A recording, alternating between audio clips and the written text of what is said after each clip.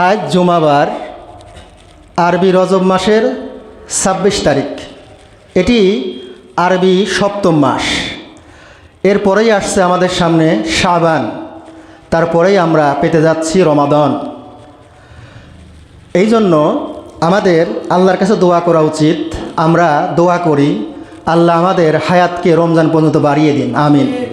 আমরা যেন রমজান পর্যন্ত হায়াত পাই এবং রমজানের যে রহমত, মাগফিরাত, বরকত, জাহান্নাম থেকে মুক্তি যে বিষয়গুলো আছে আমাদের যেন ভাগ্যে এটা নসিব হয়। আল্লাহর কাছে দোয়া করি, আল্লাহুম্মা আমিন। আজকে যে বিষয়ে খুতবা দেওয়ার ইচ্ছা প্রকাশ করছি সেটা হচ্ছে সলাত এবং উহার অপরিহার্য বিষয়। যদিও আমাদের জানা বিষয়, তবুও আমি একটু ভিন্ন রকমভাবে আলোচনা করার চেষ্টা করব ইনশাআল্লাহ। আমি প্রথমেই আমাকে এবং আপনাদেরকে আল্লাহ ভীতির উপদেশ দিচ্ছি যে আল্লাহকে ভয় করুন। এই ক্ষেত্রে আমি 3টা পয়েন্ট রাখবো, সময়ের মধ্যে বলার চেষ্টা করব ইনশাআল্লাহ। প্রথমে সলাতের গুরুত্ব, তারপর স্টেপ থাকবে জামাতে সালাতের গুরুত্ব এবং সলাতে ইমামকে কিভাবে অনুসরণ করতে হয়। এই 3টা পয়েন্ট নিয়ে আমি কথা বলার চেষ্টা করব। আপনারা একটু মনোযোগ দিয়ে শোনার চেষ্টা করবেন ইনশাআল্লাহ। যদি এখান থেকে নতুন কিছু পান, ইনশাআল্লাহ নিয়ত করবেন এখন থেকে আমল শুরু হবে। আর যদি দেখেন একই কথা আসতেছে, তাহলেও মনোযোগ দিয়ে শুনবেন, আপনাদের উপর রহমত বর্ষিত হবে। সলাত, আমরা আগে আসি সলাত বিষয়টা কি, সলাত অর্থ কি। আরবি সলাত এসেছে সলা ধাতু থেকে, যার মূল অর্থ হচ্ছে দোয়া করা বা আহ্বান করা বা ডাকা। ইমাম শাফি রাহমাহুল্লাহ তার আল কিতাবে 1 নম্বর খণ্ড পৃষ্ঠা নাম্বার 94-তে বলেন, সলাত হলো এমন কিছু কাজ বা কথা যা তাকবীর দিয়ে শুরু হয় এবং সালাম দিয়ে শেষ হয়। তাহলে ইমাম শাফির মতে সালাত হচ্ছে এমন কিছু কথা বা কাজ যেটা তাকবীর দিয়ে শুরু হবে এবং সালাম দিয়ে শেষ হবে। ইমাম ইবনে কুদামা রাহিমাহুল্লাহ হামলি ফকি তার গ্রন্থ আল মুগনি খণ্ড 1 পৃষ্ঠা নাম্বার 293 বলেন, শরীয়তে সালাত হলো নির্দিষ্ট কিছু কথা ও কাজ যা তাকবীর দিয়ে শুরু হয় এবং সালাম দিয়ে শেষ হয়। তাহলে আমরা এই দুইজনের মন্তব্যে বুঝতে পারতেছি যে সালাত হচ্ছে আল্লাহ এবং তার রাসূলের দেওয়া ফিক্সড করা কিছু কথা এবং কাজ। এখানে আমি আপনি বাড়তি কোনো কথা বা কাজ ঢোকাতে পারবো না। এটা নির্দিষ্ট করা আছে, কিছু নির্দিষ্ট কথা, বাক্য, দোয়া, কিছু নির্দিষ্ট কাজ, যেমন রুকু, সিজদা, দাঁড়ানো, তাশাহুদ, এই বিষয়গুলা সালাতের মধ্যে আছে। আমরা ইচ্ছা করলেই আগ পিছ করতে পারবো না। আমরা ইচ্ছা করলেই সিজদাটা আগে, রুকুটা পরে করতে পারবো না। আমরা ইচ্ছা করলেই সূরা ফাতিহার পরিবর্তে অন্য কিছু বলতে পারি না। আমরা ইচ্ছা করলেই আল্লাহ আকবার পরিবর্তে আল্লাহ কারিম, আল্লাহ রহিম এরকম বলতে পারি না। যদিও আল্লাহ আল্লাহর নাম এবং কারিমও আল্লাহর নাম, কিন্তু এখানে নির্দিষ্ট করে দেওয়া হয়েছে আল্লাহু আকবার দিয়েই সালাত শুরু করতে হবে। তাহলে আমরা একটু সংক্ষিপ্ত হয়ে বুঝতে পারলাম সালাত বিষয়টা কি। সালাত বিষয় হচ্ছে আপনি যে আল্লাহর কাছে চাইবেন, আপনি যে আল্লাহর কাছে দোয়া করবেন, সেই দোয়া করার সবচাইতে বড় মাধ্যম হচ্ছে সালাত। যদিও আমাদের সমাজে দোয়াটাকে আমরা মনে করি সালাতের বাইরের অংশ। আমরা সালাত আদায় করার পরে দোয়ার জন্য বসে থাকি, ইমাম সাহেব কখন দোয়া করবে, অথচ যখন তাকবীর শুরু হয়েছিল তখন থেকে দোয়া শুরু হয়ে গেছে, আর যখন সালাম দেওয়া হয়েছে তখনই দোয়া শেষ হয়ে গেছে। এটা আমরা আজকের দিন পর্যন্ত বুঝতে পারি নাই যে আসলে দোয়া কোন সময় ছিল, অথচ পুরা সালাতটাই ছিল দোয়া। এবার আসুন আমরা সালাত সম্পর্কে আল্লাহ সুবহানাহু ওয়া তাআলা কোরআনে কি বলছেন সেই বিষয়ে জানার চেষ্টা করি। আল্লাহ তাআলা সূরা নিসা সূরা নম্বর 4 আয়াত নম্বর 103 আয়াতে বলেন, ইন্নাস সালাতা কানাত আলাল মুমিনিনা কিতাবাম মাওকুতা, নিশ্চয়ই সালাত মুমিনদের উপর নির্দিষ্ট সময়ে ফরজ করা হয়েছে। আমরা এই আয়াত থেকে বুঝতে পারতেছি যে সালাতটা একটা নির্দিষ্ট সময় আছে। আমি আপনি ইচ্ছা করলে যখন তখন সালাত আদায় করতে পারতেছি না। 5 ওয়াক্ত যে সালাত, এটা একটা নির্দিষ্ট টাইম আছে। আপনি সময়ের আগে সালাত আদায় করতে পারেন না, সময়ের পরে গিয়েও আর এক ওয়াক্তের সালাত আদায় করতে পারেন না। তাহলে আমাদের জন্য একটা নির্দিষ্ট সময় করে দেওয়া আছে। আল্লাহ তাআলা সূরা আল ইসরা সূরা নম্বর 17 আয়াত নম্বর 103 আয়াতে বলেন, সূর্যে ঢলে পড়া থেকে রাতের অন্ধকার পর্যন্ত সালাত কায়েম করো এবং ফজরের কোরআন তেলাওয়াত, নিশ্চয়ই ফজরের কোরআন তেলাওয়াতে হচ্ছে সাক্ষ্যদাতা। এই আয়াতে আল্লাহ পুরো 5 ওয়াক্ত সালাতের কথা বর্ণনা করতেছেন একটা আয়াতে। সূরা আল ইসরা সূরা নম্বর 17 আয়াত নম্বর 103, সূর্য ঢলে পড়া মানে জোহর, সূর্য ঢলে পড়া থেকে রাতের অন্ধকার পর্যন্ত একবার ঈশা পর্যন্ত, এর মধ্যে জোহর, আসর, মাগরিব এবং ঈশা 4 ওয়াক্ত নামাজ। এবং আলাদা করে বলতেছেন যে ফজরের কোরআন তেলাওয়াত, নিশ্চয়ই ফজরের কোরআন তেলাওয়াতটা এটা সাক্ষ্যদাতা। তাই 5 ওয়াক্ত সালাতের বিষয়টা আমরা এই আয়াতে পাচ্ছি। তার মানে আমরা এখান থেকে জানতে পারতেছি যে আমরা যে 5 ওয়াক্ত সালাত আদায় করি এটা কোরআনে স্পষ্ট বলা আছে এবং কোরআন থেকে প্রমাণিত যে 5 ওয়াক্ত সালাত আদায় করতে হবে। আসুন এবারে আমরা একটু হাদিসের দিকে যাই যে সালাত সম্পর্কে রাসূলুল্লাহ সাল্লাল্লাহু আলাইহি সাল্লাম আমাদেরকে কি জানাইছেন। হাদিস থেকে যে 5 ওয়াক্ত সালাতের বিষয়টা পাওয়া যায়, এই হাদিসটা পাবো আমরা সুনান আবু দাউদ হাদিস নাম্বার 1420। উবাদা ইবনে সামিত রাদিয়াল্লাহু তাআলা আনহু বলেন, আমি রাসূল সাল্লাল্লাহু আলাইহি সাল্লামকে বলতে শুনেছি, আল্লাহ তার বান্দাদের উপর 5 ওয়াক্ত সালাত ফরজ করেছেন। যে ব্যক্তি এই 5 ওয়াক্ত সালাত যথাযথভাবে আদায় করবে, পালন করবে আর অবহেলা বশত এর কোনোটি পরিত্যাগ করবে না, তাহলে মহান আল্লাহ তাআলা তাকে জান্নাতে প্রবেশ করানোর অঙ্গীকার করেছেন। সুবহানাল্লাহ। আর যে ব্যক্তি এটা যথাযথভাবে আদায় করবে না, তার জন্য আল্লাহর কাছে কোনো প্রতিশ্রুতি নেই। আমরা এই হাদিস থেকে জানতে পারতেছি যে 5 ওয়াক্ত সালাত আমি যদি নিয়মিত আদায় করি, অবহেলা না করি কোনো একটা সালাতের বিষয়ে, তাহলে আল্লাহ আমাদেরকে অঙ্গীকার দিচ্ছেন যে আমাদেরকে জান্নাতে প্রবেশ করাবেন।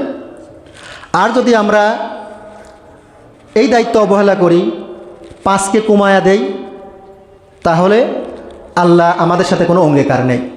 এটা তার ইচ্ছা, তিনি আমাদের শাস্তি দিবেন অথবা মাফ করবেন, এটা তার ইচ্ছা। কিন্তু আমাদের সাথে তার কোনো অঙ্গীকার নেই যে আমাদেরকে জান্নাতে দিতেই হবে। মুআয ইবনে জাবাল রাদিয়াল্লাহু তাআলা আনহু থেকে বর্ণিত, রাসূল সাল্লাল্লাহু আলাইহি ওয়াসাল্লাম বলেছেন, হাদিসটা পাবো সুনান তিরমিজি হাদিস নাম্বার 2616, রাসুল আমরিল ইসলামু ওয়া আমুদুহুস সালাতু ওয়া জিরওয়াতু সানামিহিল জিহাদ। সকল কাজের মূল হলো ইসলাম, প্রত্যেকটি কাজের মূল মাথা হচ্ছে ইসলাম, স্তম্ভ হচ্ছে সলাত এবং এর সর্বোচ্চ স্তর বা সর্বোচ্চ শিখর হচ্ছে জিহাদ। মানে আপনি যাকাত আদায় করি, সিয়াম পালন করি, পিতামাতা সেবা করি, দান খয়রাত করি, যে ভালো কাজই করি আল্লাহ সন্তুষ্টির জন্য, সব কিছুর মূল হচ্ছে ইসলাম। সব কিছু এসে ইসলামে জড়ো হয়, একত্রিত হয়। আর এই ইসলামটা দাঁড়িয়ে আছে যেই খুঁটির উপরে, সেই স্তম্ভটা হচ্ছে সলাত। প্রত্যেকটি ইবাদত এসে ইসলামে জড়ো হচ্ছে এবং এই ইসলামটা একটা খুঁটির উপর দাঁড়িয়ে আছে, সেটা হচ্ছে সলাত। এই ইসলামের সর্বোচ্চ স্তর সাদ বা সর্বোচ্চ স্তর হচ্ছে জিহাদ করা। জিহাদের মাধ্যমে আমরা কি করি, আমাদের আল্লাহর দিনটা রক্ষা পায় এবং আগায়া যায়। এই হাদিসের ক্ষেত্রে ইমাম নববী রাহিমাহুল্লাহ, আপনারা জেনে থাকবেন, রিয়াদুস সালেহিনের লেখক, উনি এই হাদিসের ব্যাখ্যায় বলেন যে সালাত হচ্ছে দিনের স্তম্ভ বা খুঁটি। ইসলাম এই খুঁটির উপর দাঁড়িয়ে থাকে, আর জিহাদ হচ্ছে তার মাধ্যমে দিন রক্ষা পায় এবং মর্যাদা বৃদ্ধি পায়। তাহলে আমরা বুঝতে পারতেছি যে সালাতটা কতটা গুরুত্বপূর্ণ আমাদের ইসলামে। আপনারা একটা হাদিস সবারই জানা থাকার কথা, হাদিসে জিবরিল বলা হয়। এই হাদিসটা পাবেন ইমাম নববীর 40 হাদিস, সেই গ্রন্থে 2 নম্বর হাদিস এবং সহিহ মুসলিমের 8 নম্বর হাদিস। আমি হাদিস থেকে শুধুমাত্র এই নামাজের বিষয়ের পয়েন্টটুকু বলবো। সেটা হচ্ছে, ওমর রাদিয়াল্লাহু তাআলা আনহু বলেন যে একদিন আমরা রাসূল সাল্লামের নিকট বসা অবস্থায় ছিলাম। এই সময় একজন লোক প্রবেশ করলো, যার কাপড়টা ছিল ধবধবে সাদা, তার চুলগুলো ছিল কালো কুচকুচে। আমাদের মধ্যে কেউ তাকে চিনতে পারে না, তার মানে পরিচিত এমন কেউ না, এবং সে যে অনেক দূর থেকে আসছে সেই বিষয়টাও বোঝা যায় না। মানে তার পোশাকটা পরিপাটি, চুলগুলো পরিপাটি, দূর থেকে সফরে আসলে তো এত সুন্দর দেখা যাওয়ার কথা না। সে কী করল, সে রাসূল সাল্লামের কাছে এসে হাঁটুর সাথে হাঁটু লাগা দিয়ে বসে পড়ল এবং তখন রাসূল সাল্লামকে বলল, হে মুহাম্মদ সাল্লাল্লাহু আলাইহি সাল্লাম, আমাকে ইসলাম সম্পর্কে বলেন। তখন রাসূল সাল্লাম বললেন যে ইসলাম হচ্ছে এই, তুমি সাক্ষ্য দাও যে আল্লাহ ছাড়া সত্যিকার কোনো উপাস্য নেই। সত্যিকারভাবে যাকে উপাসনা করা যায়, যার ইবাদত করা যায়, আল্লাহ ছাড়া কেউ নেই, এবং সাক্ষ্য দেবে মুহাম্মদ সাল্লাল্লাহু আলাইহি সাল্লাম আল্লাহর রাসূল। সালাত প্রতিষ্ঠা করো, যাকাত আদায় করো, রমাদানে সিয়াম পালন করো, যদি সামর্থ্য থাকে তবে আল্লাহর ঘরে হজ করো। এই হাদিসটা কিন্তু বেশিরভাগ লোকেরই জানা। তাহলে আমরা এখান থেকে জানতেছি যে ইসলাম 5টা স্তম্ভ। এক, কালিমা। কালিমা গ্রহণ করার পর আপনার কাজ শুরু সালাত দিয়ে, এরপর যাকাত, সিয়াম, হজ। আচ্ছা, একজন লোক কি সারা বছর রোজা থাকে?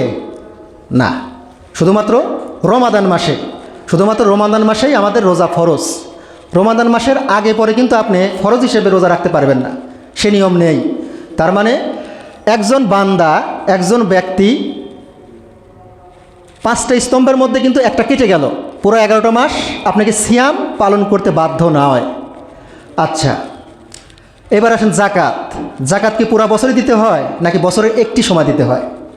আমরা জানি যে যার উপর জাকাত ফরজ হয়েছে সে বছরের একটা নির্দিষ্ট সময় গিয়ে জাকাত আদায় করবে।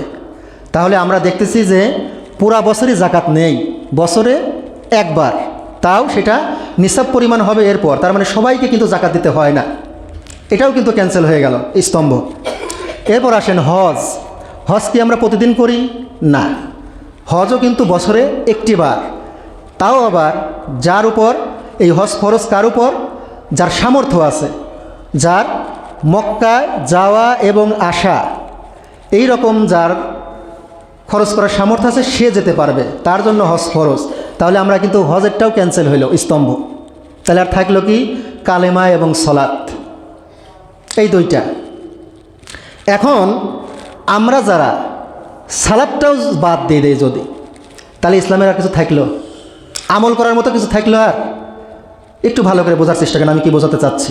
মানে প্রতিদিন আমাদের হজ করতে হয় না, প্রতিদিন সিয়াম পালন করতে হয় না, প্রতিদিন জাকাত দিতে হয় না। এগুলা নির্দিষ্ট একটা টাইম আছে, সময় আছে বছরে, এবং বছরান্তে করতে হয়, তাও আবার সবার জন্য না, কিছু কিছু ব্যক্তির জন্য। তাইলে আমভাবে কিন্তু সবাইকে এই আমলগুলো করতে হয় না। আমভাবে যেটা করতে হয় সেটা হচ্ছে সালাত। সাবালক হওয়ার পর থেকে মরার আগ মুহূর্ত পর্যন্ত যেটা, সেটা হচ্ছে সালাত সবার উপরে, ছোট বড়, মেয়ে ছেলে, বৃদ্ধ অথবা যুবক, অসুস্থ হোক অথবা টাকা পয়সা থাক বা না থাক, অনেক ধনী অথবা সরকার হোক, প্রত্যেকের জন্য কিন্তু এই সালাতটা আছেই। এখন এই সালাত যদি আমি আপনি বাদ দেই তাহলে ইসলামে আপনার জন্য কী থাকলো? কালেমা থাকলো, এটা তো বিশ্বাসের বিষয়। আমলে কি থাকলো? আমি যে আল্লাহ সুবহানাহু ওয়া তাআলাকে আমলের মাধ্যমে সন্তুষ্ট করব, সালাতটা যদি আমার জীবন থেকে মাইনাস করি তাহলে কি আমার প্রতিদিনের কোনো কাজ থাকে ইসলামে? তাহলে আমি কিভাবে আল্লাহর বান্দা হিসেবে দাবি করি? আমাদের সমাজে কিন্তু এই লোক যারা যারা নামাজ কালাম আদায় করে না, কিন্তু তারাই কিন্তু আল্লাহর বান্দা হিসেবে বেশি দাবি করে, যেন আল্লাহ তাদের সাথে প্রতিশ্রুতি দিয়ে রাখছে যে জান্নাত তোমার দেবই। আসুন, আমাদের সমাজে কিন্তু একটা কথা বলে যে নামাজ না পড়লেও আমার ইমান ঠিক আছে, এরকম কথা কি আপনাদের সমাজে বলে? আমাদের ওই দিকে বলে অনেকে যে আমি নামাজ না পড়লে ওর থেকে ভালো, ও তো নামাজ পড়ার পরে মিথ্যা কথা বলে। আমি নামাজ না পড়লে তার থেকে ভালো, ও তো নামাজ পড়ার পরেও সুদ খায়, কিন্তু আমি সুদ খাই না। ও নামাজ পড়ার পরেও পিতামাতার সাথে অসৎ আচরণ করে। তার মানে আপনি বলতে চাচ্ছেন যে নামাজ না পড়েও আপনি ভালো থাকবেন, নামাজ না পড়লেও একজন ভালো বান্দা হওয়া যায়, অথবা সালাত আদায় না করলেও জান্নাত পাওয়া যায়। এটা আমাদের বিশ্বাস। এটা দেখতে হবে আসলে বিশ্বাসটা ঠিক কিনা। কারণ আমাদের কোন বিশ্বাসটা সঠিক, কোন বিশ্বাসটা ভুল, সেটাকে আমি আপনি নির্ধারণ করব নাকি আল্লাহ এবং তার রাসূল নির্ধারণ করবেন? তাহলে দেখি আল্লাহ এবং তার রাসূল এই বিষয়ে কি বলেন। সেটা হচ্ছে, আমরা হাদিসে আগে যাই যে আসলেই সালাত আদায় না করলে ঈমান থাকে কিনা, অথবা সালাত আদায় না করলেও আমি যে ঈমানদারিটা দাবি করা যায় কিনা। এই হাদিসটা আমরা পাবো সহিহ মুসলিম হাদিস নাম্বার 149। ক্বালা সামিতু জাবির, জাবির রাদিয়াল্লাহু তাআলা আনহু বলেন যে আমি রাসূল সাল্লাল্লাহু আলাইহি ওয়াসাল্লামকে বলতে শুনছি, ইন্না বাইনার রজুলি ওয়া বাইনা শিরকি ওয়াল কুফরি তারাকাস সালাহ, বান্দা এবং শিরিক এবং কুফর এর মধ্যে পার্থক্য হচ্ছে সালাত ছেড়ে দেওয়া। এই হাদিস কিন্তু আমরা অনেকবার শুনছি, একটু ভালো করে বোঝার চেষ্টা করেন। একজন বান্দা মানে একজন মুমিন বান্দা, একজন আল্লাহর বান্দা, কাফের হোক মুমিন হোক সবাই তো আল্লাহর বান্দা, কিন্তু একজন মুমিন বান্দা, একজন জান্নাতি বান্দা, একজন জান্নাতে যাওয়ার উপযুক্ত বান্দা, সে আর একজন জাহান্নামী বান্দা, একজন মুশরিক, একজন কাফের, এর মধ্যে পার্থক্য হচ্ছে সলাৎ। তার মানে যে সলাৎ ছেড়ে দিল সে মুশরিক অথবা সে কাফের। আমি বলতেছি না, রাসূল সাল্লাল্লাহু আলাইহি হাদিস বলতেছে। তাহলে রাসূল সাল্লাল্লাহু আলাইহি আমাদের জানাচ্ছে তার জ্ঞান অনুসারে, আল্লাহ তাকে যেভাবে জানাইছে উনি আমাদেরকে জানাচ্ছেন যে একজন বান্দা যদি সে সলাৎ আদায় না করে, ছেড়ে দেয়, অস্বীকার না, কিন্তু এখানে ভালো করে দেখেন, তারাকাস সালাত, তারক করা, এটা তো বাংলা শব্দই। তরক করা মানে ছেড়ে দেওয়া, অস্বীকার না। তাহলে যে সলাৎটা ছেড়ে দিল, তরক করল, বুঝে শুনে ইচ্ছাকৃতভাবেই ছেড়ে দিল, সে যেন মুশরিক হইল, সে যেন কুফরি করল, এই হাদিসের আলোকে। আচ্ছা আসেন আগাই। এরপরে আরেকটা হাদিস থেকে আমরা দেখি, এই হাদিসটা পাবো সুনান তিরমিজি, হাদিস নাম্বার 2621। বুরাইদা রাদিয়াল্লাহু তাআলা আনহু থেকে বর্ণিত, তিনি বলেন রাসূল সাল্লাল্লাহু আলাইহি ওয়াসাল্লাম বলেছেন, আল আহাদুল্লাযী বাইনানা ওয়া বাইনাহুমুস সালাহ, আমাদের এবং তাদের। তখন রাসূল সাল্লাল্লাহু আলাইহি ওয়াসাল্লামের সময় ছিল কারা? রাসূল সাল্লাল্লাহু আলাইহি ওয়াসাল্লামের সাহাবী আর কাফের, এই তো ছিল। তাহলে আমাদের বলতে আমি সাহাবীরা, এবং তাদের মানে কাফের। তাহলে আমাদের এবং কাফেরদের, অর্থাৎ মুসলিম এবং কাফেরদের মধ্যে মুক্তির যে প্রতিশ্রুতি তা হচ্ছে সলাৎ। ফামান তারাকাহা ফাকাদ কাফারা, সুতরাং যে ব্যক্তি নামাজ ছেড়ে দেয় সে কুফরি কাজ করে। তাহলে রাসূল সাল্লাল্লাহু আলাইহি ওয়াসাল্লাম বলতেছে যে আল্লাহ যে আমাদেরকে ক্ষমা করবেন বিচারের মাঠে, আমাদেরকে ছেড়ে দেবেন, আমাদেরকে জান্নাতে যাবেন, এই যে একটা প্রতিশ্রুতি, এই প্রতিশ্রুতিটার মাধ্যম হচ্ছে সলাৎ। যে সলাৎ আদায় করবে আল্লাহ তাকে মুসলিম হিসেবে মেনে নেবেন, এবং যে সালাত আদায় করল না, রাসূল সাল্লামের ভাষায় সে কুফরি করল, আল্লাহর সাথে কুফরি করল। এবার আসেন, এটা তো রাসূল সাল্লামের কথা বললাম। আরেকটা বিষয়, আমাদের যে মানহাজ, আমাদের যে আকীদা, সেটা হচ্ছে আমরা যখন কোনো হাদিস অথবা কোরআন থেকে কোনো কথা শুনি, সেই ব্যাখ্যাটা, সেই বুঝটা আমরা নেই কাদের থেকে? প্রথম বুঝটা নেই আমরা সাহাবীরা এই বুঝটা কী বুঝছিল। এই কোরআনের আয়াতটা যেহেতু তাদের সামনেই নাজিল করা হয়েছে, রাসূল সাল্লাম যেহেতু তাদের সামনেই কথাগুলো বলছে, রাসূল সাল্লাম যে কথাগুলো বলছেন সেই কথাগুলো সাহাবীরা কী বোঝা বুঝছে। 1400 বছর পরে আমি আপনি যদি আপনার মতো করে বুঝি তাহলে তো হবে না। তাহলে তো প্রত্যেকেই যার যার মতো বুঝলেই হয়, কিন্তু আমাদের বুঝতে হবে রাসূল সাল্লামের সামনে যারা এই কথাগুলো শুনছে, আসলে এই কথাগুলো তারা কিভাবে আমল করছে, তারা কিভাবে বুঝছে। এরপর যদি তাও না বুঝি আমরা সাহাবীদের কথা, সাহাবীদের আমল, তার পরবর্তী যুগের তাবেঈরা কী বোঝা বুঝছে, আমাদের ইমামরা তারা কেমন করে বুঝছে, সেই বুঝটা আমাদের নিতে হবে, তাইলে আমরা সঠিক পথে থাকতে পারব। আসেন দেখি এই হাদিসের বিষয়ে সাহাবীরা কী বুঝ নিছিল। আব্দুল ইবনে শাকিক আল উকাইলি রাহিমাহুল্লাহ থেকে বর্ণিত, তিনি বলেন মুহাম্মদ সাল্লাল্লাহু আলাইহি ওয়াসাল্লামের কোনো সাহাবী সলাৎ ব্যতীত অন্য কোনো আমল ছেড়ে দেওয়াকে তারা কুফরি কাজ মনে করতেন না। যাকাত ছেড়ে দিতে তাও তারা তাদেরকে কাফের মনে করে না, কুফরি মনে করে না। সিয়াম ছেড়ে দিয়েছে তাও কুফরি মনে করে না। অন্য কোনো ইবাদত ছেড়ে দিয়েছে কুফরি মনে করে না। কিন্তু যখনই একজন সালাত ছেড়ে দিত তখন তারা মনে করতেছে ইসলাম থেকে চলে গেছে, কুফরি কাজ করল। এটা সাহাবীদের বুঝ ছিল, সাহাবীদের বিশ্বাস ছিল। আর আজকে রাসূল সাল্লাল্লাহু উম্মতের বুঝ হচ্ছে এই নামাজ না পড়লে আমার ইমান ঠিক। তারপরে ওমরের বিষয়ে একটা কথা আছে। ওমর রাদিয়াল্লাহু তাআলা যখন খলিফা ছিলেন, ওনাকে কিন্তু হত্যা করা হয়, এই বিষয়টা আপনাদের জানার কথা। ওনাকে কিন্তু চাকু দিয়ে হত্যা করা হয় ফজরের সালাতরত অবস্থায়। মিসওয়ার ইবনে মাখরামা রাহিমাহুল্লাহ হইতে বর্ণিত, এই হাদিসটা আপনারা পাবেন মুয়াত্তা মালিক হাদিস নাম্বার 81 এবং দারাকুতনিতে 1750। যে রাত্রে ইবনে ওমর রাদিয়াল্লাহু তাআলা আনহুকে ছুরিকা আঘাত করা হয়, সেই রাত্রে জনৈক ব্যক্তি ওমর রাদিয়াল্লাহু তাআলা আনহুর নিকট প্রবেশ করলেন। ওমর রাদিয়াল্লাহু তাআলা আনহুকে ফজরের নামাজের জন্য জাগানো হলো। মানে উনি যেই সময় আঘাতপ্রাপ্ত হয় তারপরেও 1 থেকে 2 দিন পর্যন্ত বেঁচে ছিলেন। তো পরের দিনের আর কি ঘটনা, সেই রাত্রে ফজরের নামাজের জন্য তাকে জাগানো হলো। এবং ওনার ছুরিকাঘাতটা কীরকম, ওনার কিন্তু ছুরিকাঘাত করে পেটের নাড়ি ছিঁড়ে ফেলানো হয়েছে, যার কারণে যখন ডাক্তার আসলো তখন তাকে জুস খাওয়ানো হলো। এবং যখন দেখলো যে পেটের মধ্যে থেকে ওই পানি বের হয়ে যায়, তখন বললো আমিরুল মুমিনিন আপনি আল্লাহর কাছে যাওয়ার জন্য প্রস্তুতি নেন, আর সুযোগ নেই। তাইলে ওই অবস্থায় উনি কিন্তু এখনও আছে। ওই অবস্থায় তাকে ফজরের নামাজের জন্য জাগানো হলো। ওমর রাদিয়াল্লাহু আনহু বললেন যে হ্যাঁ, আমি এই অবস্থায়ও নামাজ পড়ব। যে ব্যক্তি নামাজ ছাড়িয়ে দেয়, যে ব্যক্তি নামাজ ছেড়ে দেয়, ইসলামে তার কোনো অংশ নাই। এটা ছিল ওমর রাদিয়াল্লাহু আনহু বিশ্বাস বুঝ, এবং উনি তখনও ওই রক্ত জখম অবস্থায় সালাত আদায় করতেছিলেন। এখান থেকে কিন্তু আর একটা বিষয় বোঝা যায় যে রক্ত বের হলে কিন্তু ওযু নষ্ট হচ্ছে না, উনি কিন্তু ওই অবস্থায় সালাত আদায় করতেছে। তাহলে এখান থেকে আমি যেটা বোঝাতে চাইলাম যে ওমর, আমরা কিন্তু জানি সে জান্নাতের একজন সার্টিফিকেট পাওয়া সাহাবী, যদিও আমরা বিশ্বাস করি আল্লাহর রাসূলের প্রত্যেকটি সাহাবী জান্নাতে যাবে, কিন্তু কিছু সাহাবীর কথা ঘোষণা করা হয়েছে যারা বিনা আযাবে বিনা হিসাবে প্রথম স্টেপেই জান্নাতে যাবে, সেই রকম কিন্তু 10 জন 20 জনের নাম উল্লেখ করা আছে, তার মধ্যে ওমর ইবনে খাত্তাব একজন।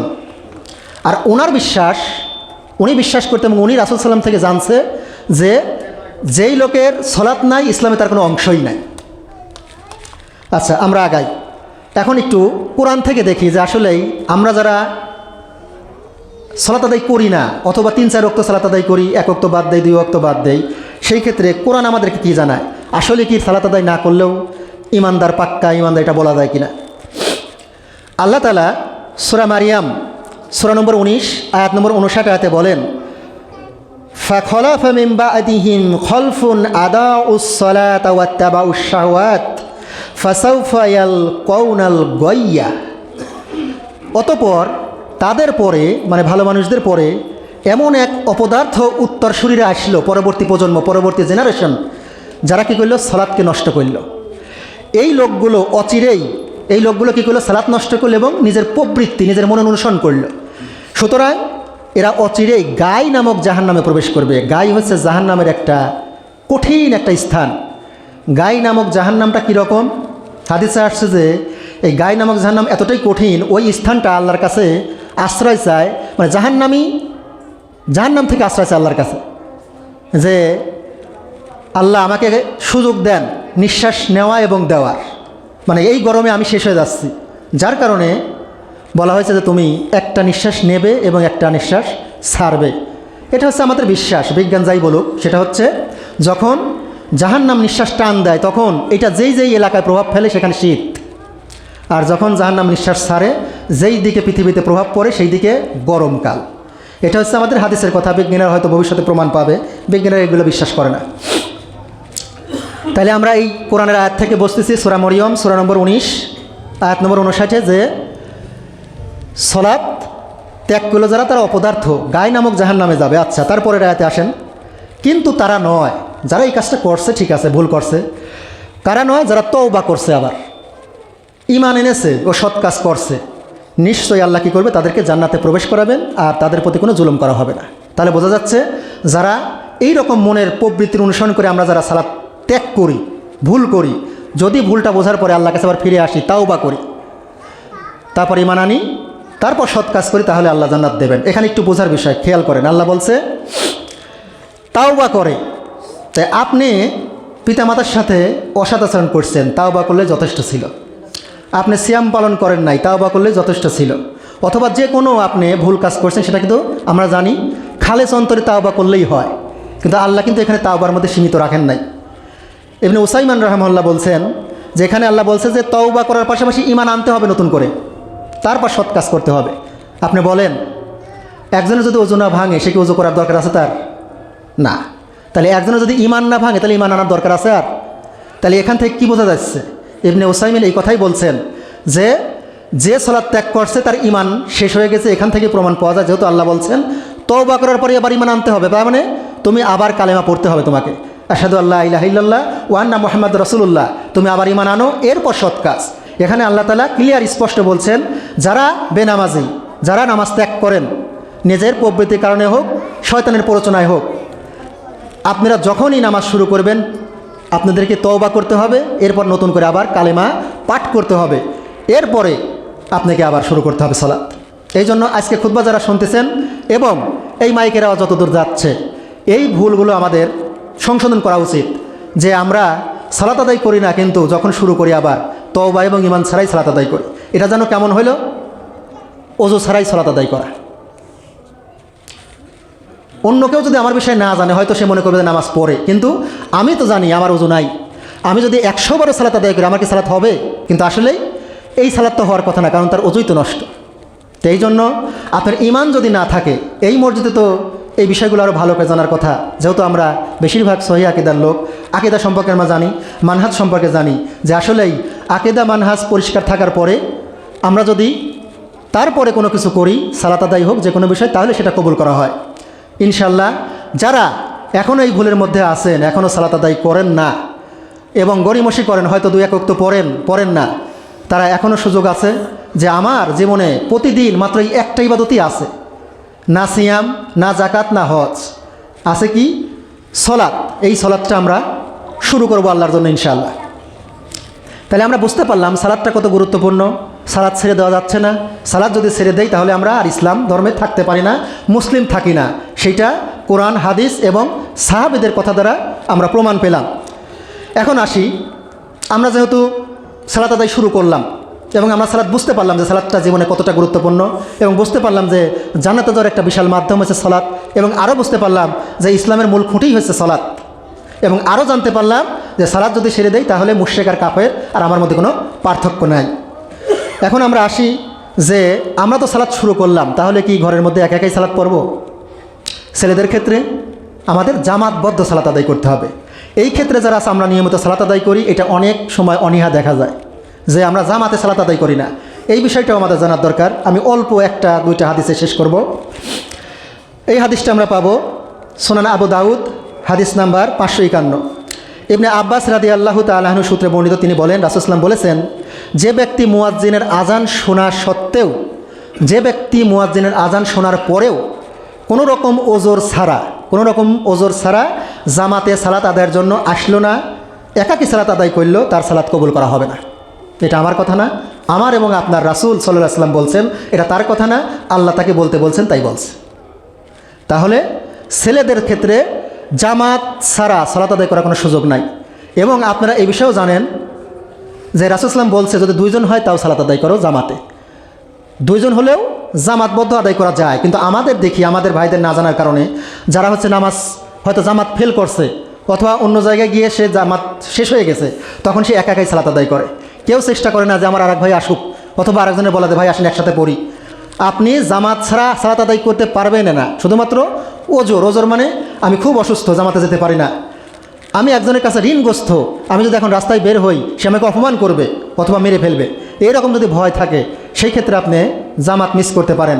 গভীর বৃষ্টি আসা সম্ভব হয় না এই রকম, অথবা বেদাতি ইমাম, তার আকীদা একেবারেই নষ্ট, তার পিছনে সালাত আদায় করাই হয় না, সেই রকম। তাছাড়া আমি ভালো ইমাম পাই না, এই ক্ষেত্রে আপনি ছাড় পাচ্ছেন। তা না হলে আপনাকে আমাকে জামাতে সালাত আদায় করতে হচ্ছে, জামাতবদ্ধই হতে হবে। এই জন্য আজকের পর থেকে যারা এরকম সুযোগ পাবেন না যে জামাত তো মিস করছি, তারা অবশ্যই আর এক ভাইয়ের সাথে করে সালাত আদায় করবেন। যদি তাও না হয়, অন্ততপক্ষে যে সালাত আদায় করতেছে আপনি তার পাশে গিয়ে জামাতে নিয়তকে দাঁড়া করেন। যদিও সে যদি সুন্নত নামাজও আদায় করে, সে যদি নফল সালাতও আদায় করে, তারপরেও আপনি তার কাছে গিয়ে তার পাশে দাঁড়িয়ে আপনার নিয়ত করে, জামাতে নিয়ত করে সালাত আদায় করেন। এটা হাদিস দ্বারা প্রমাণিত। আজকে যেহেতু সময় কম, আমি ওই দিকে যাচ্ছি না। এই জন্য আমরা চেষ্টা করব যারা আমরা নিয়মিত সালাত আদায় করি, জামাত ছাড়া যেন সালাত আদায় না করি। তাহলে রাসূল সাল্লাল্লাহু এখানে খুব হুঁশিয়ারি দিল যে একাকী সালাত আদায় করলে সালাত কবুল করা হবে না। লাস্ট যে হাদিসটা এই বিষয়ে বলা যায় সেটা হচ্ছে আবু হুরায়রা থেকে বর্ণিত, একজন অন্ধ ব্যক্তি, এই হাদিসটাও আমাদের জানার কথা, নবী সাল্লাল্লাহু আলাইহি ওয়াসাল্লামের কাছে এসে বললেন, ইয়া রাসূলুল্লাহ সাল্লাল্লাহু আলাইহি ওয়াসাল্লাম, আমার এমন কেউ নেই যে আমাকে মসজিদে নিয়ে যাবে। মানে লোকটি ছিল অন্ধ, আর তার বাসায় এমন কেউ নেই যে মসজিদে তাকে জামাতের জন্য নিয়ে আসবে। তাই আমি চাই আপনি আমাকে জামাতে না আসার অনুমতি দেন, আমি বাসায় নামাজটা পড়ি। নবী সাল্লাল্লাহু আলাইহি ওয়াসাল্লাম প্রথমে ছাড় দিলেন যে ঠিক আছে, কিন্তু যখন তিনি চলে যাচ্ছিলেন ওই সাহাবী আব্দুল্লাহ ইবনে উম্মে মাকতুম, নবী সাল্লাল্লাহু আলাইহি ওয়াসাল্লাম তাকে ডেকে বললেন, তুমি কি আজানের শব্দ শুনতে পাও? তখন ওই সাহাবী বলল, জি হ্যাঁ আল্লাহ রাসূল, আমি আজানের শব্দ শুনতে পাই। তিনি বললেন, তাহলে তুমি জামাতে উপস্থিত হও, তোমাকে জামাতে ছাড় দেওয়ার কোনো রাস্তা আমি দেখতেছি না। দেখেন, এই লোকের বাড়ি ছিল মদিনা থেকে একটু দূরে। উনি বাড়ি থেকে আসবে, মাঝখানে 2-3টা খেজুর গাছের বাগান পার দিতে হয়। পরবর্তীতে জানা যায় সাহাবারা বলতো যে এই লোক তার বাড়ি থেকে মসজিদ নববী পর্যন্ত একটা সুতা টানা নিছিল, সুতা ধরে ধরে আসতো। আপনি এখন আপনার ওজর মিলান, আমি ব্যাখ্যা দিতে যাব না, আমি নিজের থাকাই মিলাই। আমরা অন্ধ, আমাদের বাড়িতে কেউ নাই আনার মতো, আমাদেরকে এই মসজিদ পর্যন্ত আসার পথে খেজুর গাছের বাগান কয়টা আছে যে খেজুর গাছের কাঁটা আমাদের গায়ে বিঁধে যাবে। তারপরেও রাসূল সাল্লাল্লাহু আলাইহি ওয়াসাল্লাম তাকে ছাড় দেন। একজন অন্ধ ব্যক্তি, আমাদের চোখ পরিষ্কার, আমাদের হাত ভালো, আমাদের পা ভালো, তারপরেও আমরা কোন ওজরে বলতেছে যে না আমি তো সালাত পড়ছি, অথচ জামাত মিস করি।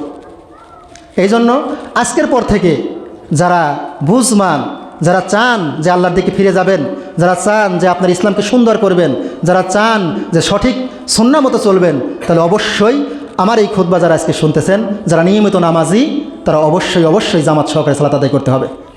যদি মসজিদের সালাত জামাত মিস হয়েও যায়, আর একজনের মাধ্যমে জামাত আদায় করা লাগবে। এটা আমরা চেষ্টা করবো, ইনশাআল্লাহ আল্লাহ আমাদের কবুল করুক, আমিন। এরপরে আমরা আসি লাস্ট যে বিষয়টা, সময় একেবারে স্বল্প, 2-1 মিনিট আমি বেশি নেব। সেটা হচ্ছে, আমরা তো বুঝলাম যে সালাত ইসলামের কত বড় একটা গুরুত্বপূর্ণ স্তম্ভ এবং সালাতটাই আসলে মূল। এবং আমরা আরও বুঝলাম যে সালাতবিহীনভাবে থাকলে আমি আর ইসলাম ধর্মে থাকতে পারি না।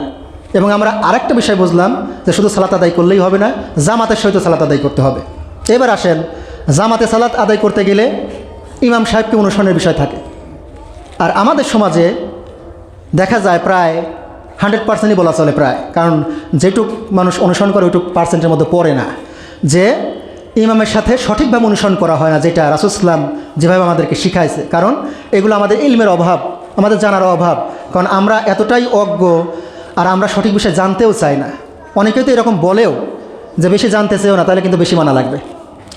একটা বিষয় খেয়াল করেন, যেই লোক গাড়ি চালাতে ভালো পারে সে কি বেশি অ্যাক্সিডেন্ট করে, নাকি যে একেবারে জানে না সে বেশি অ্যাক্সিডেন্ট করে? যেই লোক গাড়ি চালাতে ভালো পারে সে কিন্তু কম অ্যাক্সিডেন্ট করে। তো এই জন্য আমরা যদি দিনের বিষয়গুলো বেশি জানি, তাহলে আমল করতে পারবো ভালো।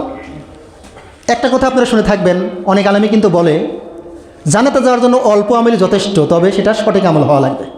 তাইলে জান্নাতে যাওয়ার জন্য বেশি আমল প্রয়োজন নাই।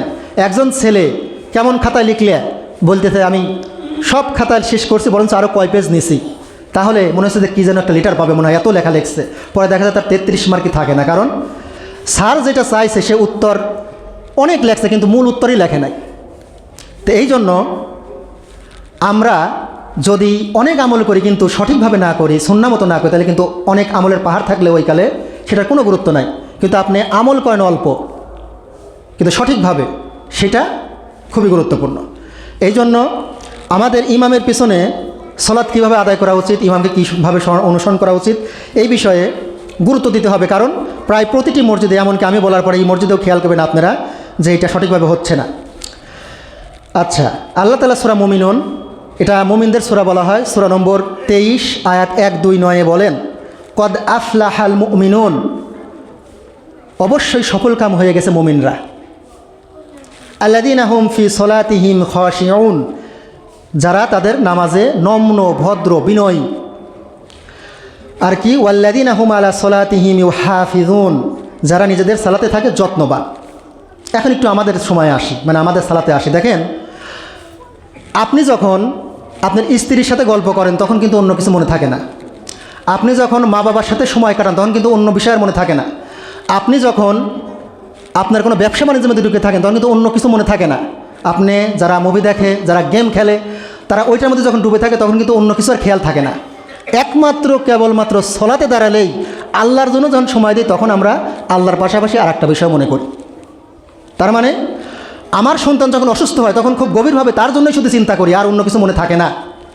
আমার যখন নতুন বাচ্চা হয়েছে, আমার যখন নতুন বিয়ে হয়েছে, তখন শুধু ওই বিষয় নিয়ে আমার মনোযোগ, অন্য কিছু মনে আসে না। অথচ আমরা আল্লাহর ক্ষেত্রে যখন আল্লাহর জন্য মাত্র 2 মিনিট, 4 মিনিট, 5 মিনিট অথবা 10 মিনিট সময় নামাজে দেই, তখন নামাজে আল্লাহর কথা খুব কমই মনে রাখি আমরা। তখনও ব্যবসা বাণিজ্য, তখনও আমার আত্মীয় স্বজন, তখনও আমার অন্য বিষয় নিয়ে আমি পড়ে থাকি। তাইলে আল্লাহ এখানে বলতেছে যে সফল কাম হয়েছে ওই মুমিনগণ যারা তাদের নামাজে বিনয়ী, নত, বিনম্র, খুশুখুজুর সহিত নামাজ আদায় করে। খুশুখুজু মানে আপনি এই 2 মিনিটের জন্য, 3 মিনিটের জন্য আল্লাহর সামনে আসছেন, আপনার পুরা সারা দিনটাই তো দুনিয়ার জন্য আছে। এই 2 মিনিটের জন্য আল্লাহর জন্য সময় দিতে পারতেছেন না। কেন সময় দিতে পারতেছেন না? কারণ আপনি যে তাড়াহুড়া করে আসেন নামাজটা কোনো মতো শেষ করে চলে যাওয়া লাগবে। মানে এমন একটা অবস্থা যে আল্লাহ আপনার মানে দরকার ছিল, সালাত দিয়ে দিছি, মানে আল্লাহরই প্রয়োজন, এমন অবস্থা। অথচ আল্লাহ ওয়ালা মিয়াকুল্লাহ কুফর, মানে উনি অভাবমুক্ত। আমরা সবাই যদি আল্লাহকে আল্লাহ আকবার বলি, তাতে আল্লাহ একবার বললে আল্লাহর সম্পদ বেড়ে যাবে না। আল্লাহর প্রশংসা করলে আল্লাহ বড় কিছু হবে না, আল্লাহ আগের থেকেই বড়। আমরা যদি আল্লাহ আকবার নাও বলি, তাও আল্লাহ আকবারই। আমরা যদি প্রত্যেকেই আল্লাহর অবহেলা করি, প্রত্যেকেই যদি আল্লাহকে না ডাকি, তারপরে আল্লাহ তার অমুখাপেক্ষী থাকবেন, আল্লাহ আমাদের মুখাপেক্ষী নয়। এই জন্য আমাদের প্রয়োজন, আমরা যদি সঠিকভাবে আল্লাহর ইবাদত করি, আল্লাহকে একটু সময় দেই,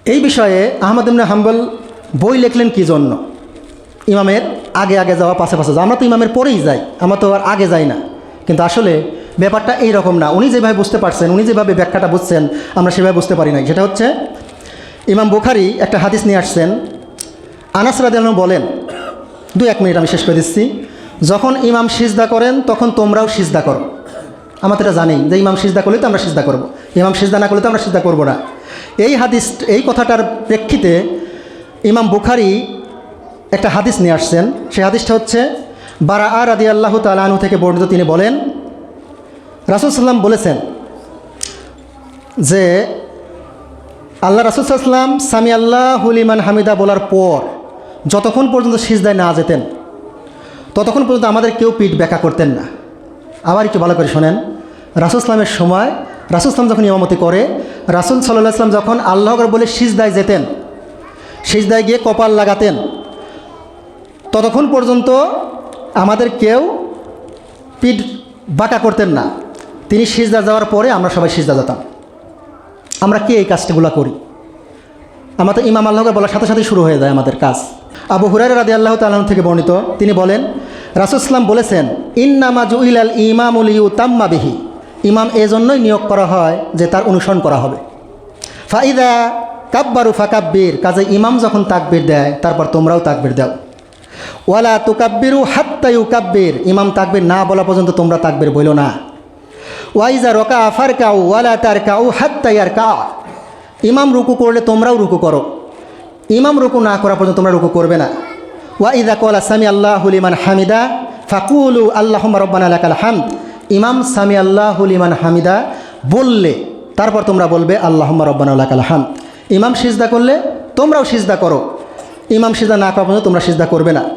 তাহলে এখানে ইমাম আহমদ ইবনে হাম্বল যেটা ব্যাখ্যায় বোঝাতে চাচ্ছেন, এখন এই যে হাদিস যে ইমাম রুকু করলে তোমরা রুকু করো, এই বুঝটা এখন নেব কর থেকে? আজকে আমাদের যারা শায়েখ অথবা ইমাম তাদের থেকে, নাকি সাহাবীরা কি বুঝছিল? এর আগে কিন্তু আমি বলছি যে আমাদের বুঝটা নিতে হবে সাহাবীরা কী বলছে, কারণ সাহাবীরা রাসূল সাল্লাল্লাহু নামাজ পড়ছে, রাসূল সাল্লাম কী বোঝাতে চাইছেন তারা ভালো বুঝছে। তারপর যদি সাহাবীদের বুঝো আমরা না বুঝি, তাহলে সাহাবীরা কী বোঝাতে চাইছেন, তার পরের যুগের তাবেঈরা কী বুঝছেন, এইটা আমাদের বুঝতে হবে। তাহলে ইমামরা তার পাশাকাছি ছিলেন সাহাবীদের, তারা যে বুঝটা বুঝছে আমাদের সেই বুঝ নিতে হবে। 1200 বছর পরে এসে আপনি বলেন না ঠিকই আছে, তাহলে হবে না। তারা কি বুঝলো? তারা বুঝ হচ্ছে যে যখন ইমাম বলবে আল্লাহু আকবার, আপনি এখনও দাঁড়াই আছেন, যখন আল্লাহু আকবার বলা শেষ হয়েছে এখন আমার কাজ শুরু, এখন আমি বলবো আল্লাহু আকবার। কেউ যদি আল্লাহু আকবার সম্পূর্ণ ক্লিয়ার শেষ নেওয়ার পরে সাউন্ড আল্লাহু আকবার বলেন, তাহলে আপনি ইমামের আগে কাজ করলেন, আপনি ওই হাদিসের আলোকে কাজ করলেন, আপনার মাথা গাধার মাথা পরিণত করা হবে, আপনার নামাজ বাতিল। তারপরে আল্লাহ আকবার বলে রুকুতে চলে গেল ইমাম, ইমাম সাহেব আল্লাহ আকবার বলবে, তার আল্লাহ আকবার বলা শেষ হবে, তারপর রুকুতে যাবে সে, ততক্ষণ আমরা দাঁড়িয়েই থাকবো। এইবার যখন আমরা কানে শুনলাম যে আল্লাহ আকবার বলা শেষ, তখন আমরা রুকুতে যাব। এইবার ইমাম সাহেব সামি আল্লাহু লিমান হামিদা, তার এই দাহ বলা যখন শেষ হলো আমি শুনতে পারলাম, তখন আমার কাজ শুরু, আমি তখনও সুবহান রাব্বিল আযীম বলতেইছি। এবার আমি উঠবো, তারপর বলবো রব্বানা ওয়া লাকাল হামদ, আরও যদি দোয়া পারেন পড়তে থাকবেন। এইবার ইমাম আল্লাহ আকবার বলে সিজদায় যাবে, যেটা হাদিস আমরা পেলাম যে আল্লাহ আকবার বলে সিজদায় যেতেন, তখনও আমরা পিঠ ব্যাখ্যা করি নাই, দাঁড়াই আছি। সাহাবাদের আমল, আহমদ ইবনে হাম্বল এইটাই বোঝাতে চাইছে যে ইমামের শব্দ শেষ হতে হবে। আমরা বুঝি যে আল্লাহ আকবার বলে তো ইমাম গেছে, রুকুতে তো গেছেই, আমরা যাব না। এখানে রাসূল সাল্লাল্লাহু যেটা বোঝাতে চাইছেন, সাহাবারা যেটা বুঝছেন এবং ইমামরা যেটা বুঝছেন, সেটা হচ্ছে যে আপনার আল্লাহ আকবার বলা শেষ হতে হবে, কাজ এবং কথা দুইটাই শেষ হতে হবে, তারপরে আপনি কাজ শুরু করব। এখন এই যে কথাটা বললাম যে আল্লাহু আকবার বলা শেষ হবে, তারপর আমরা শুরু, সামি আল্লাহু লিমান হামিদা বলা শেষ হবে, তারপর শুরু, আসসালামু আলাইকুম রহমতুল্লাহ, আসসালামু আলাইকুম রহমত, দুই দিকে শেষ হবে, তয়গা শুরু। এখন আপনারাই মিলে দেখেন কয়জন এই কাজটা করেন, একজনও পাবেন না। তাইলে ইমাম আহমদ ইবনে ওই কথাই বলছে যে আমি তোমাদের সাথে 100টা মসজিদে, এখন যদি উনি থাকতো 1,00,000 মসজিদে নামাজ পড়ার পর ওই কথাই বলতো যে একটা মসজিদেও রাসূলের মতো সালাত পাই নেই, তোমরা আল্লাহকে ভয় করো। তো এই জন্য আজকে এই খুতবাটা যারা শুনলেন তারা, আমি তো হাদিস নাম্বার দিয়েই দিছি, আরও রিসার্চ করবেন। একটা কথা একজন বললেই সাথে সাথে মানবেন তা না।